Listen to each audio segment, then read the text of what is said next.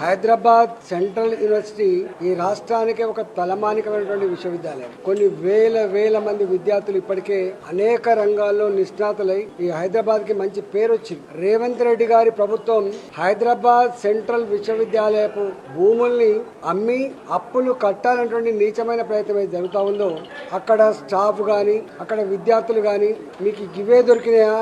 ఒకవైపు ఏమో రోజు రోజుకు శ్మశాన వాటికలకు కూడా జాగాలు లేకపోతారు, మరోవైపు కనీసం పార్కులకు జాగాలు లేకుండా కాంక్రీట్ జంగల్ గా మారుతున్నటువంటి ఈ రోజులలో ఈ విశ్వవిద్యాలయ భూములను కూడా తెగనమ్ముకోవడం అనేటువంటిది ఇది ఏ సమాజం కూడా హర్షించదు. మరి రేవంత్ రెడ్డి గారు ఎందుకు ఇలాంటి ఆలోచన చేస్తుండో అర్థం కావట్లేదు. కానీ 15 నెలల కాలం నుంచి చూస్తున్నాం, ప్రతి నిర్ణయం ప్రజా కంటకమైన ప్రజా వ్యతిరేకమైన ఆలోచన తప్ప, తిరోగమనపు చర్యలు తప్ప ఏ ఒక్కడు కూడా ప్రోగ్రెసివ్ ఆలోచన లేదు. నేను ఒకటే, నిన్న విశ్వవిద్యాలయపు విద్యార్థుల మీద జరిగిన దాడిని తీవ్రంగా ఖండిస్తున్నాం. ఇవాళ విద్యార్థులు కేవలం విద్యార్థులుగా ఉండరు, తప్పకుండా మేమందరం కూడా రేపు వారికి సంఘీభావం చెప్పడమే కాకుండా అవసరమైతే ప్రత్యక్ష చర్యకు పూనుకుంటామని చెప్పి ప్రభుత్వాన్ని హెచ్చరిస్తా ఉన్నా. విశ్వవిద్యాలయ భూములు అమ్మకూడదని చెప్పి నేను ఈ సందర్భంగా డిమాండ్ చేస్తున్నా.